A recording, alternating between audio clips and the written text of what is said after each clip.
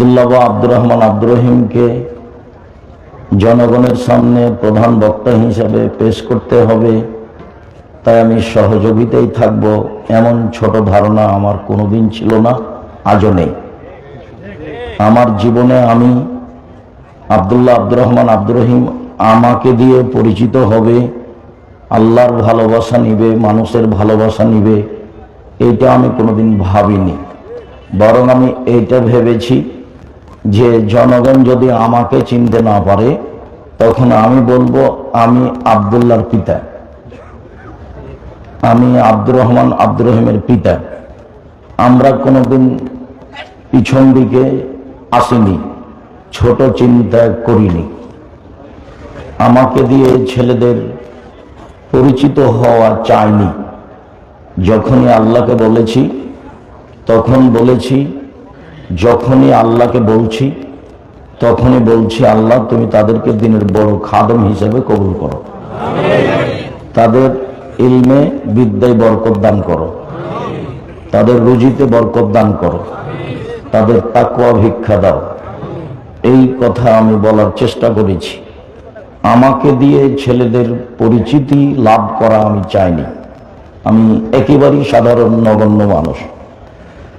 আমি আমার বাপ নিরক্ষর মানুষ, আমাকে শিক্ষা দেওয়ার ব্যাপারে যা চেষ্টা করেছেন, নিরক্ষর মানুষ যা চেষ্টা করেছেন সেটা আলহামদুলিল্লাহ। বলতেন যে বেটা তোমাকে যদি জমি চাষ করে খেতে হয় তাহলে আমার মরার পরে, আমি বেঁচে থাকবো তখনও তোমাকে পড়া বাদ দিয়ে কাজ করে খেতে হবে, এইটা আমি করব না। আমরা জমিতে যেতে চাইলে আমার আব্বা যেতে দিতেন না।